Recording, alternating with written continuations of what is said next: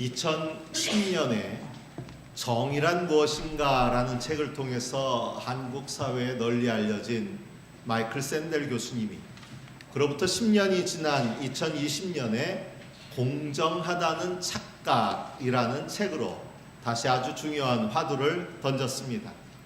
이 책은 2016년에 트럼프가 처음 미국 대통령에 당선된 후에 세계 곳곳에서 나타난 급격한 우경화의 흐름 속에서 나타나게 된 민주주의의 위기를 이야기하고 있습니다. 이 책에서 샌델 교수는 능력주의라는 주제와 이것의 공정성을 물으면서 그 경제적 특성을 분석하고 있습니다. 이 책의 의도를 전부 밝히는 것은 제 능력을 벗어나는 것이지만 이 책에서 주목할 만한 화두, 즉 철저히 능력주의에 기반한 사회는 과연 정말 누구에게나 공정한가라는 것에 주목해 보려고 합니다. 사실 능력주의는 가장 공정한 듯한 착각을 불러일으키지만 실질적으로는 일부 엘리트 그룹의 독점을 정당화하는 그런 수단이 되어 왔습니다. 심지어 가장 공정하다고 여겨지는 교육에 있어서도 능력주의는 양질의 교육에 대한 기회가 사회 경제적 지위와 연관되어 있다는 점에서 결코 공정하지 않다는 점을 교수님은 지적하고 있습니다. 공부해서 좋은 대학 못 간 것이 곧 개인의 능력의 부족 또는 노력의 부족을 뜻하는 것은 아니라는 의미입니다. 부유한 가정에서는 자녀를 명문학교에 보낼 여유가 있어 특권이 계속해서 증가하는 불평등한 순환이 이뤄지고 있고, 저소득층 아동은 제도적 장벽에서 벗어나는데 어려움을 겪고 있다라고 통계를 통해 나타내고 있습니다. 예전에는 대학을 상아탑이 아니라 우골탑이라고, 그래서 소 팔아서 대학을 보낸 부모들의 그런 이야기가 있었지요. 그때는 그래도 일정 정도의 계층 이동이, 그래도 소만 팔더라도 그대로라도 일정 정도의 계층 이동이 된다는 희망이 있었습니다. 그러나 이제는 갈수록 그 가능성이 줄어들고 있다는 것이 통계로도 나타나고 있습니다. 우리식의 표현으로 하자면 개천에서 용나는 일은 더 이상 이루어지기 어렵게 되었다는 말입니다. 오죽하면 요즘 젊은이들이 이번 생은 틀렸고 라는 말을 이야기합니다. 당연한 체념의 말처럼 이야기하는 거예요. 내가 내 능력이나 내 노력만으로는 어떻게 해볼 수가 없는 영역이 있다는 자조 섞인 이야기입니다. 이처럼 이미 기울어진 운동장을 그대로 놔둔 채 개인의 능력만을 평가의 잣대로 활용한다는 것은 공정을 가장한 차별이라는 주장입니다. 사실 이런 능력주의와 공정의 이슈는 어쩌면 미국보다 우리 사회에 훨씬 중요한 의미를 갖는다고 할 수 있습니다. 그러지 않아도 수도권 특정 학교를 중심으로 한 학력 또는 학벌에 과도한 집중이 문제가 되고 있는 우리나라의 상황에서 이것을 능력주의에 기반한 공정이라는 잣대로 평가하기 시작하면서 그 문제는 점점 더 공고화되고 있습니다. 그나마 얼마 전까지만 해도 노블리스 오블리제가 중요한 사회의 가치로 받아들여져서 소위 특권층들에 대한 도덕적 책무, 도덕적 의무가 강조되었지만 지금은 단지 능력주의만이 과도하게 강조되면서 내 능력에 기반한 내 권리를 사용하는 것에 아무런 도덕적 거리낌도 찾아보기 어려운 실정이 되었습니다. 내 능력으로 내가 번 돈 가지고 내 맘대로 하겠다는데 무슨 상관이냐 하는 분위기가 되었다는 이야기입니다. 사회의 당연한 복지 정책들에 대해서 퍼주기라는 표현을 사용하는 것도 마찬가지입니다.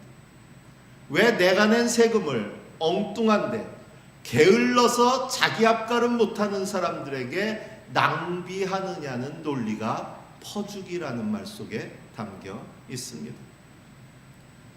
이러다가는 세금 액수에 따라서 1등, 2등, 3등 시민을 계층으로 나누자는 일이 생기지는 않을까 염려스러운 상황입니다.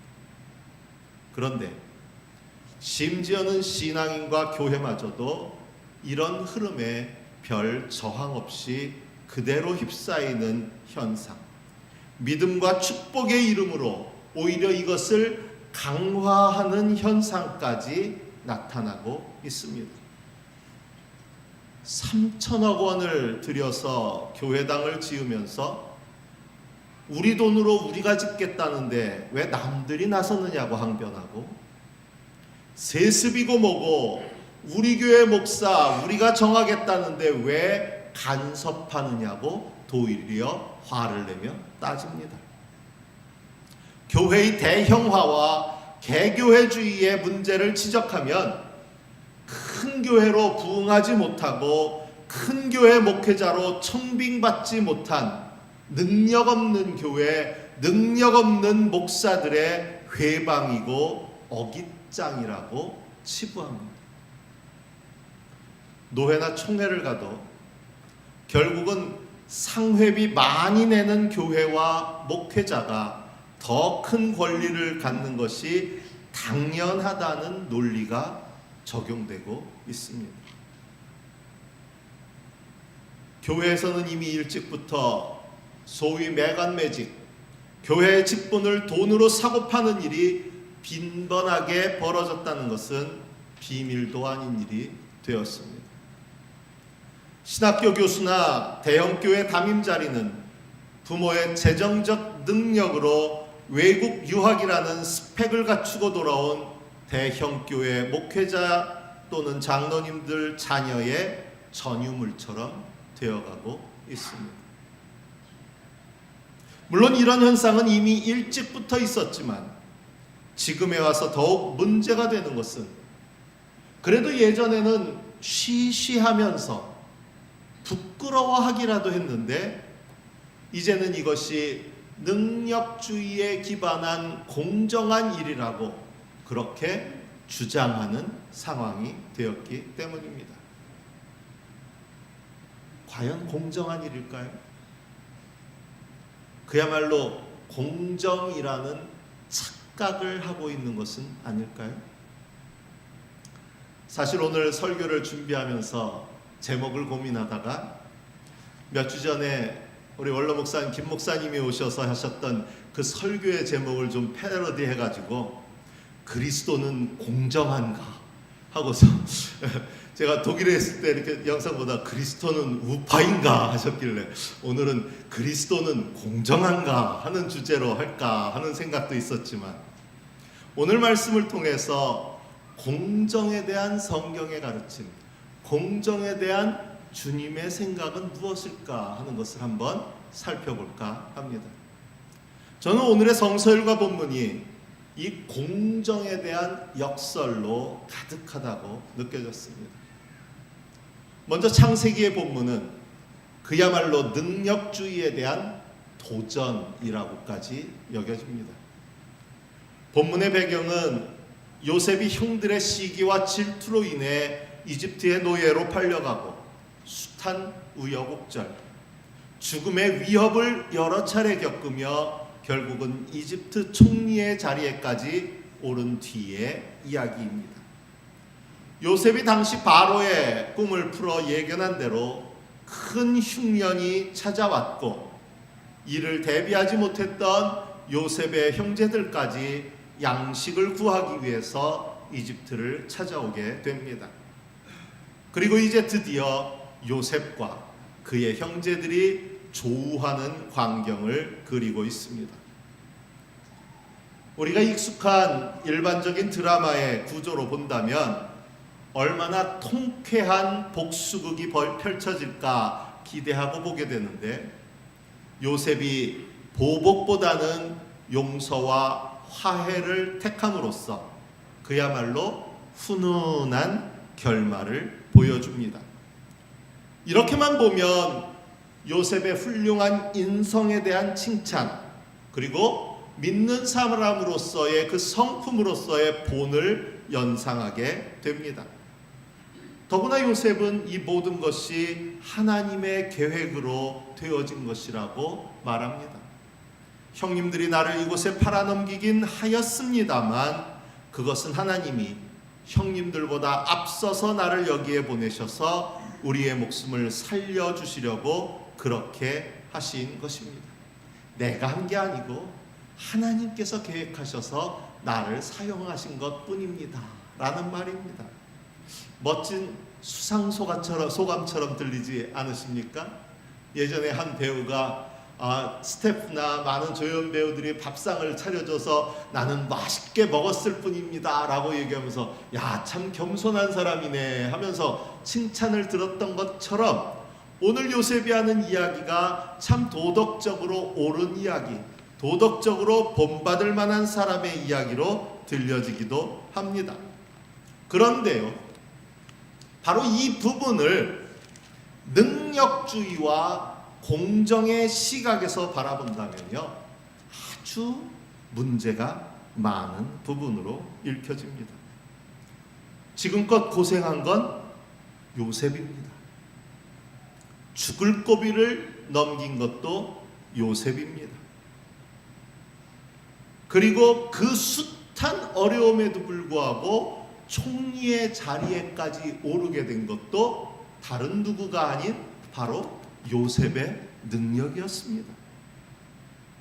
그의 형들이 요셉에게 가했던 그 죄는 둘째치고 그 형들이 자신들의 구원을 위해서 한 일이라고는 아무것도 없습니다. 아무것도 없습니다. 공정의 가치로 치자면 구원을 받으면 누가 받아야 돼요? 요셉이 받는 것이 당연하고 그의 형들은 화를 입는 것이 당연해야 합니다. 그런데도 요셉은 자신이 한 모든 일이 결국은 하나님이 나의가 아니라 우리의 목숨을 살려주시려고 하신 일이라고 이야기하고 있습니다. 이런 멍청한 고백이 어디에 있습니까? 그야말로 재주는 누가 부리고 돈은 누가 번다고, 고생은 요셉이 혼자 다 하고 구원의 열매들은 형제들이 얻는 격입니다. 공정한가요? 여러분이 요셉의 입장에 서 있다면 어떻게 받아들이실 것 같은가요? 내가 고생해서 내 능력으로 총리까지 올랐고 지금 이 자리에까지 오게 되었으니 혹 형들에게 은혜를 베푼다고 해도 그것은 내가 잘나서이고 내가 착해서여야지, 그래야 공정하다고 여겨진다고 생각되지 않을까요?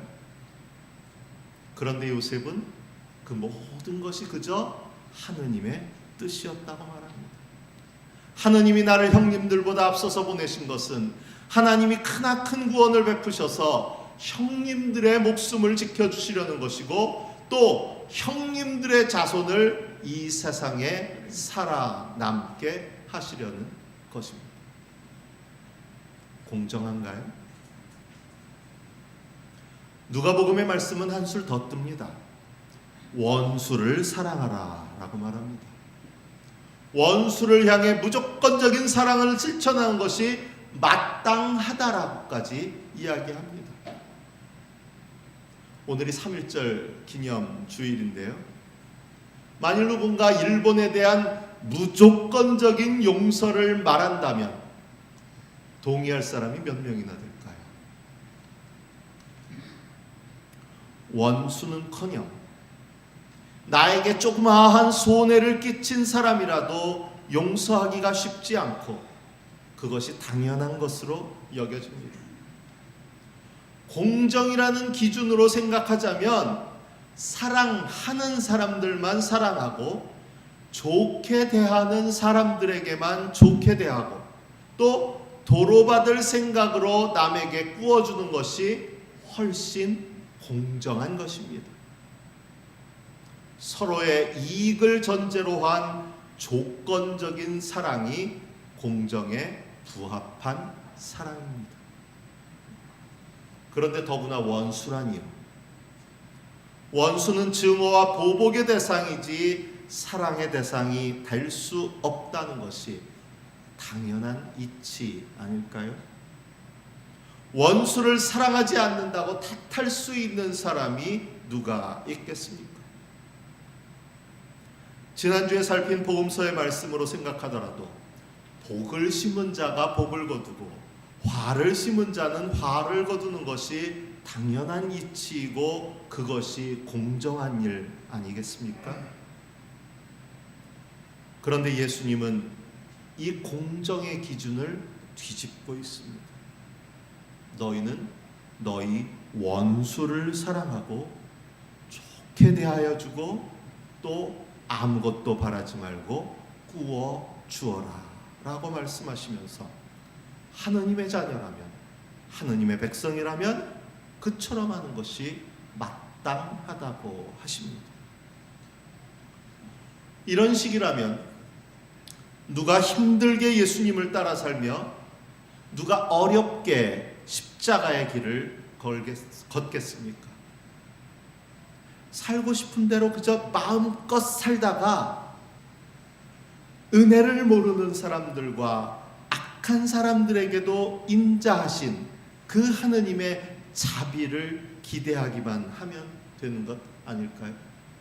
내가 힘들게 십자가 지고 따를 것이 아니라 내 맘대로 실컷 사랑하다가 마지막 순간에 자비의 하나님 나를 용서하여 주시옵소서 할 때 그때 은혜를 모르는 사람들, 악한 사람들에게도 인자하신 주님의 자비가 임한다면 죄송한 표현이지만 이게 훨씬 남는 장사 아닌가요?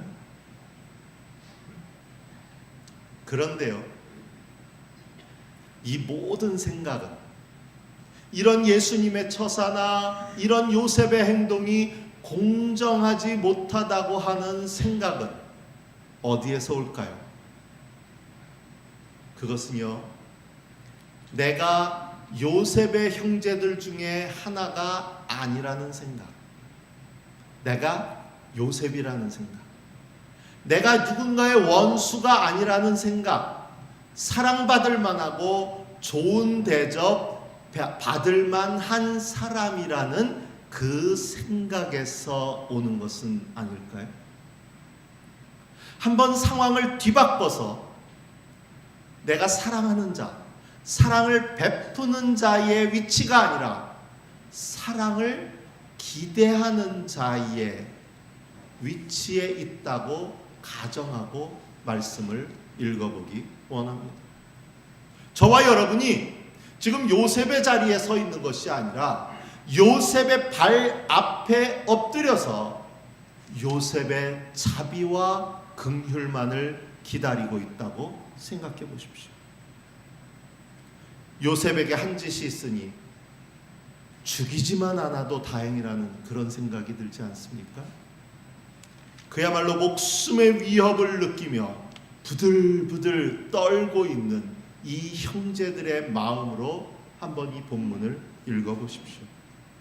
입장을 바꿔서 한때는 힘이 있어 누군가의 원수일 수는 있었는지 모르지만 이제는 힘도 없고 가진 것도 없어서 사랑받을 자격도 없고 좋은 대접을 도로 갚을 그런 능력도 없어서 그저 한때는 원수였던 그 사람이 베풀어주는 사랑과 좋은 대접과 자비와 그야말로 그 사람의 상에서 떨어지는 부스럭이라도 얻어야만 하는 그런 처지라고, 내가 바로 그 처지에 있다고 가정하고 한번 본문을 읽어보십시오.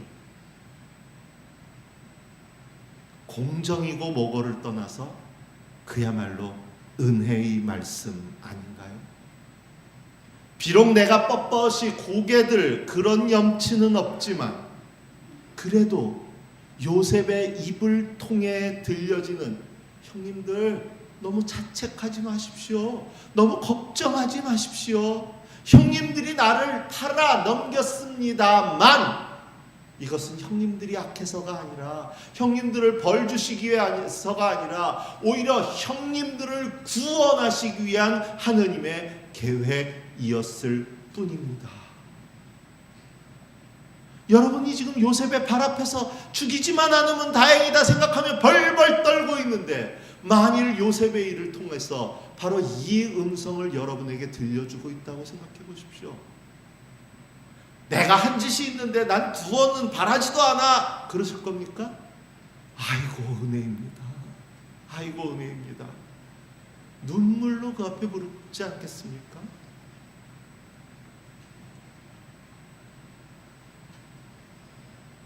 여러분이 만일 누군가의 원수가 되어 살아가다가 지금은 가진 것도 없고 누굴 사랑할 능력도 없고 누구에게 받은 것을 되갚을 능력도 없는 그런 처지에서 그저 그의 자비와 긍휼을 기대할 수밖에 없는 형편으로 무릎 꿇고 있는데, 그런 너희들에게 원수들을 사랑하라, 대접받지 못할 자를 사랑하고 되갚지 못할 사람들을 좋게 대하라고 내 앞에 있는 그 사람에게 예수님이 들려주시는 이 음성을 듣게 된다면 여러분의 심정은 어떨까요?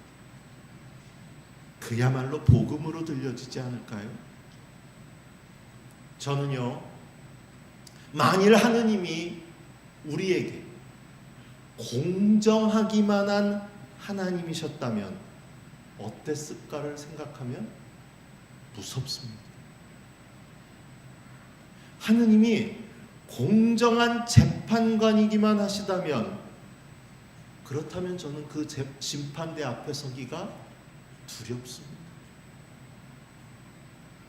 내가 이만큼 믿음으로 살아가는 것도, 그나마 목사 노릇이라도 하고 살아가는 것도 내가 뭐라고, 내 믿음이나 내 공로 때문이 아니라 오직 주님의 은혜임을 알기 때문입니다. 히브리서 7장 25절은 이렇게 말합니다. 따라서 그는 자기를 통하여 하나님께 나오는 사람들을 완전하게 구원하실 수 있습니다. 그는 늘 살아계셔서 그들을 위하여 중재의 간구를 하십니다. 내 공로와 내 믿음 때문에 구원을 얻는 것이 아니라 지금도 부족한 나를 위하여 하나님 앞에 중재의 간구를, 탄식으로 탄원을 올리고 계신 그 주님 덕분에 우리가 구원을 얻었는 줄로 믿습니다. 저는 이 비밀을 고린도전서의 말씀에서 읽습니다. 썩을 것으로 심는데 썩지 않을 것으로 살아납니다. 비천한 것으로 심는데 영광스러운 것으로 살아납니다. 약한 것으로 심는데 강한 것으로 살아납니다. 이런 불공정이 어디에 있습니까? 심은 대로 거두어야 하는 것이 바로 공정 아닙니까?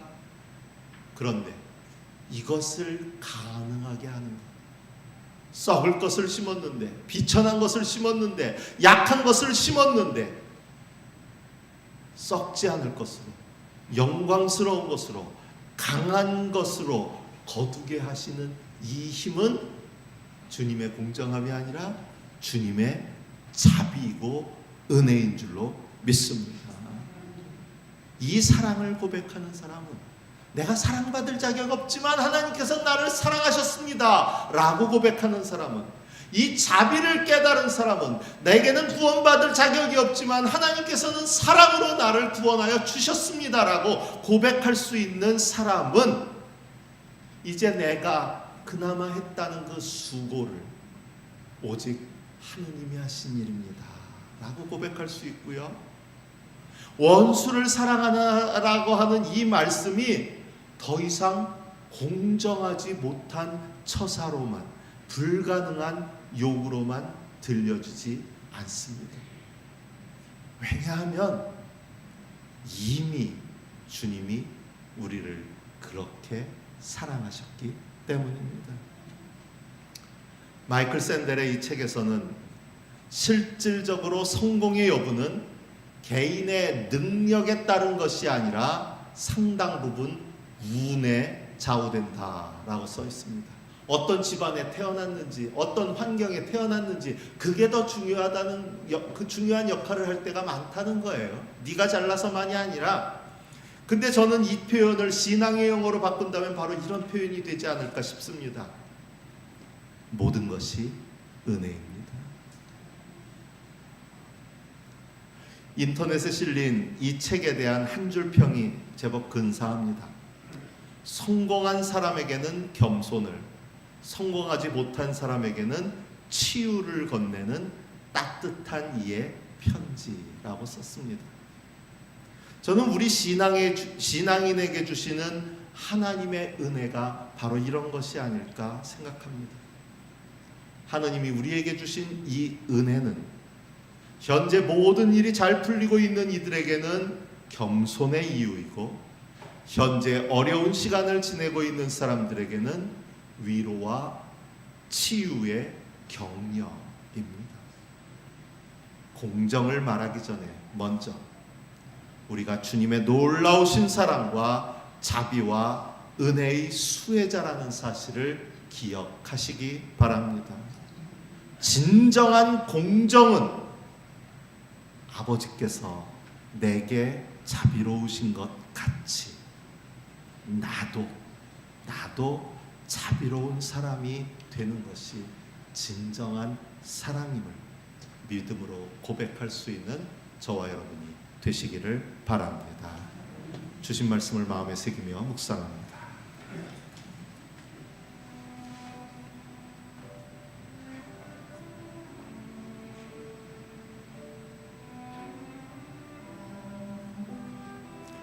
이제는 걱정하지 마십시오. 자책하지도 마십시오. 형님들이 나를 이곳에 팔아넘기긴 하였습니다만 그것은 하나님이 형님들보다 앞서서 나를 여기에 보내셔서 우리의 목숨을 살려주시려고 그렇게 하신 것입니다. 너희 아버지께서 자비로우신 것 같이 너희도 자비로운 사람이 되어라.